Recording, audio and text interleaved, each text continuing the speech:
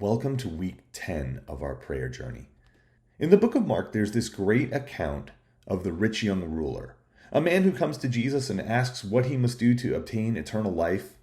And Jesus would ultimately give him the answer, and he would refuse to follow Jesus. He would reject what Jesus told him to do.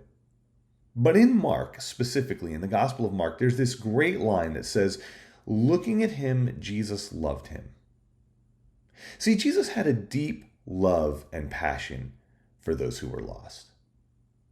And this week, we're going to ask God to give us that same passion for the lost, that same love for them, that same burning desire to do something for them because we love them with the love that Jesus has for them.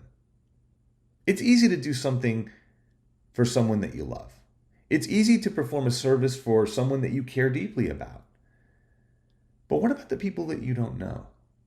What about the people that every day pass your path and are walking towards the ultimate destruction, the ultimate judgment that God is going to mete out on sinners, while you're standing there with the answer, with the message of the gospel? Whether they accept it or reject it's not important. The question is, do you love them enough to interrupt their path and share it with them? Do you love them enough to take whatever steps you need to take to bring the message of hope to them? I think a lot of times amongst believers, we say that we love the lost. We say that we have a passion for the lost, but then we go out and we don't live like we love the lost. We don't live like we have a passion for the lost. We live like, well, they'll always be there, and if I don't give the gospel to someone today, I'll give it to them tomorrow or next week or next month or next year. But when you are filled with a passion for something, when you are filled with a love for someone, you will go out of your way to bring them what they need.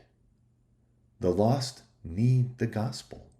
They need to hear about Jesus. They need to know the gift of life that he purchased on the cross for them.